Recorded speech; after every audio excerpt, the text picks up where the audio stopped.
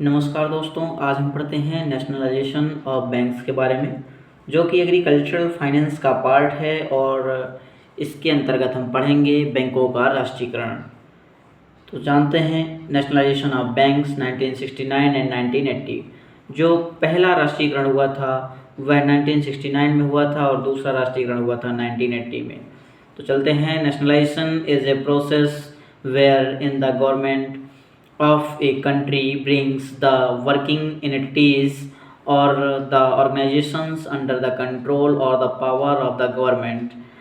During this process, the government takes control over the privately owned organizations, converting them into state-owned entities, and this case it includes or consists of privately owned banks.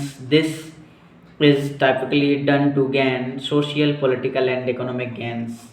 मतलब राष्ट्रीयकरण वह है जिसके अंतर्गत जो भी स्वामित्व वाली संस्थाएं हैं, उन संस्थाओं पर जब गवर्नमेंट का कंट्रोल हो जाता है तो उसको बोलते हैं नेशनलाइजेशन। इसके अंतर्गत जो भी सामाजिक, राजनीतिक और आर्थिक लाभ हासिल कर सकते हैं, इसके माध्यम से कर सकते हैं, जिससे लोगों को ज़्यादा से ज़्यादा प्रॉफिट हो सके। नेक्स्ट चलते हैं।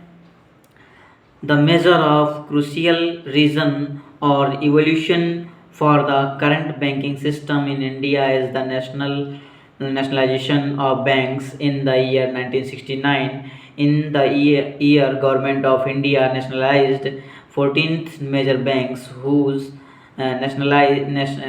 national deposit were above 50 crore. This was done under the Indira Gandhi government. The list of banks that were nationalized or brought under the control of the government as a public sector entity are the follow। मतलब इसके अंतर्गत जो है nationalisation जब हुआ था 1969 में, उस समय जो पहला 1969 में नेशनलाइजेशन हुआ था वह 14 बैंकों का हुआ था। और उस समय जब 14 बैंकों का नेशनलाइजेशन हुआ था, उस समय जो नेशनल डिपॉजिट्स था वो 50 करोड़ रुपए था। और उस समय जब 14 बैंकों का राष्ट्रीयकरण हुआ था, उस समय जो गवर्नमेंट थी वो इंदिरा गांधी की गवर्नमेंट थी, इंदिरा गांधी सरकार थी। उन्हीं के कार्यकाल में उस समय नेशनलाइजेशन हुआ था 14 बैंकों का। और ये बैंक हैं Allahabad Bank, bank of Baroda, Bank of India, Canara Bank, Central bank of India, Dena Bank, Indian overseas Bank, Punjab national Bank, Syndicate Bank, Union bank of India, United Bank of India, UCO Bank और Vijaya bank. ये 14th bank हैं। Next चलते हैं। Eventually in the 1986 more private banks were nationalized to the earlier 14th major banks। The named of these 6 bank are the follow। मतलब 1980 में फिर उसके बाद पहले नेशनलाइजेशन के बाद जब 14 बैंकों का राष्ट्रीयकरण हुआ, उसके बाद 1980 में 6 बैंकों का और राष्ट्रीयकरण हुआ, जिनका नाम ये है Andhra bank, corporation bank, new bank of India, oriental bank of commerce, Punjab and Sindh bank and Vijaya bank. उसके बाद क्या हुआ कि new bank of India was merged with Punjab national banks in the year 1993। The government of India nationalised this bank in the year 1980। उसके बाद क्या हुआ, new bank of India जो तीसरे नंबर पे है, न्यू बैंक ऑफ इंडिया, उसको 1993 में पंजाब नेशनल बैंक में मर्ज कर दिया गया था। ठीक है। उसके बाद नेक्स्ट चलते हैं। Government banks in India, list of public sector banks in India. By 2023 there were total 19th nationalized bank and in 2024 some more banks were merged and currently there are 12 nationalized bank। Currently there are 12 nationalized banks in the country। Here is the list of government banks in India in 2024। मतलब इस समय present में 12 nationalised bank हैं, जो कि 2023 तक 19 nationalised bank थे। जो राष्ट्रीयकृत जो बैंक थे वह 2023 तक 19 थे, लेकिन 2024 में इनको कुछ बैंकों को और मर्ज कर दिया गया, जिसके कारण 12 नेशनलाइज्ड बैंक प्रेजेंट में हैं। इसमें से नाम है state bank of India, bank of Baroda, Punjab national bank, bank of India, union bank of India, Canara bank, bank of Maharashtra, central bank of India, Indian overseas bank, Indian bank, UCO bank and Punjab and Sindh bank. ये bank 12 हैं जो present में हैं। तो next चलते हैं। Banks had been under the government control in many nations. When we specifically talk about the case of India, the nationalization process took place in majorly two phases. The first one on July 19th, 1969 and the second one on April 15th, 1980। मतलब जब government के द्वारा सरकारी नियंत्रण में बैंकों को ले लिया गया, उस समय जो राष्ट्रीयकरण हुआ था तो 2 चरणों में हुआ था, जिसमें पहला जो चरण था वह 19 जुलाई 1969 को हुआ था पहला नेशनलाइजेशन, और दूसरा जो नेशनलाइजेशन हुआ था वह 15 अप्रैल 1980 को हुआ था।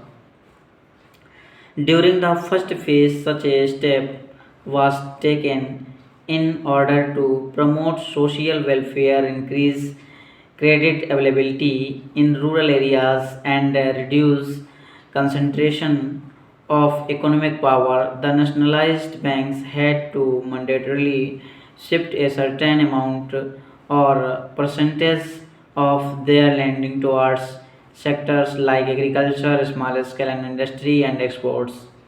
जब पहले चरण के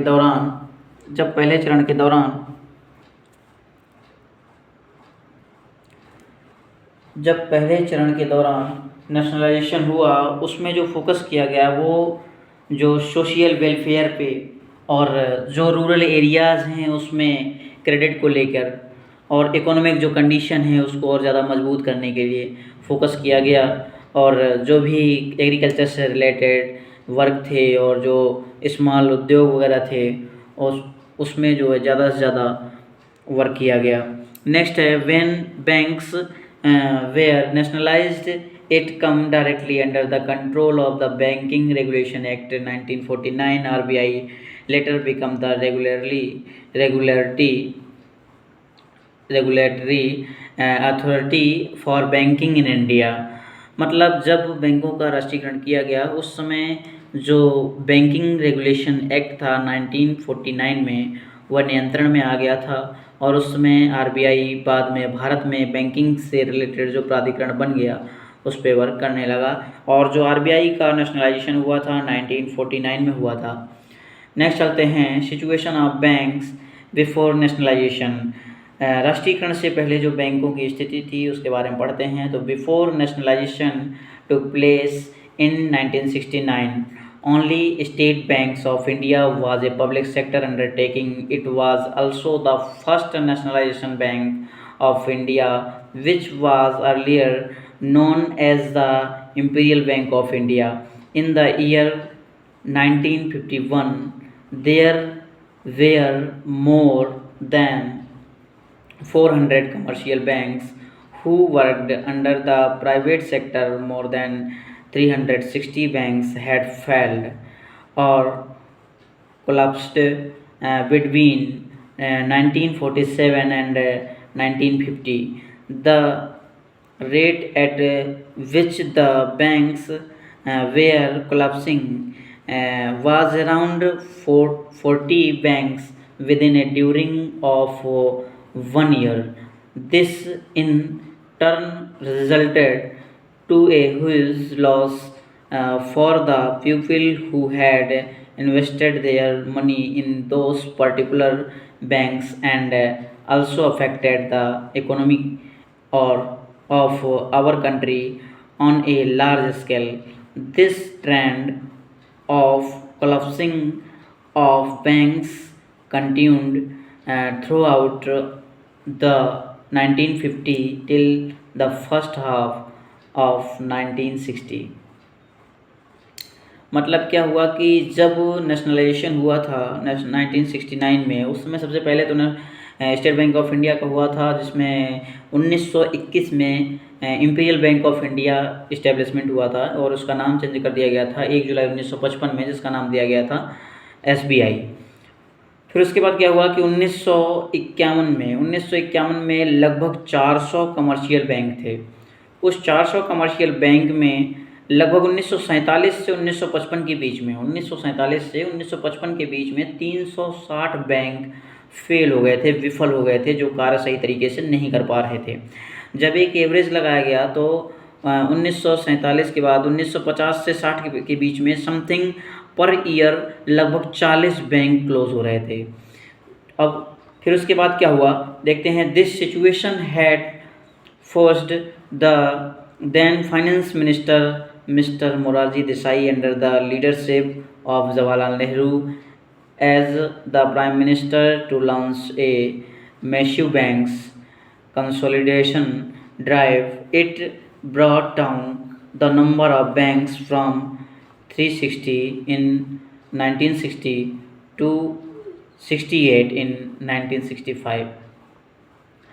मतलब जब फाइनेंस मिनिस्टर थे मोरारजी देसाई के कार्यकाल में, जिसमें पंडित जवाहरलाल नेहरू प्रधानमंत्री थे, तो उनके कार्यकाल में फाइनेंस मिनिस्टर मोरारजी देसाई के कार्यकाल में उन्होंने जो भी मोटिव रखा इसको लेके बड़े पैमाने पर एक अभियान को शुरू किया, जिसमें और ज़्यादा मजबूत करने के लिए बैंकों को सलाह दिया गया। और लगभग जो क्राइटेरिया 1960 और 1965 के बीच में था, तो 360 बैंक जो फेल हुए थे उसमें जो 1960 से 1965 का जब डाटा निकाला गया 5 साल का, तो उसमें मात्र 68 बैंक क्लोज हुए थे। तो ये हुआ एक नॉर्मल हिस्ट्री जिसको नेशनलाइजेशन ऑफ बैंक्स के बारे में है। Thank you.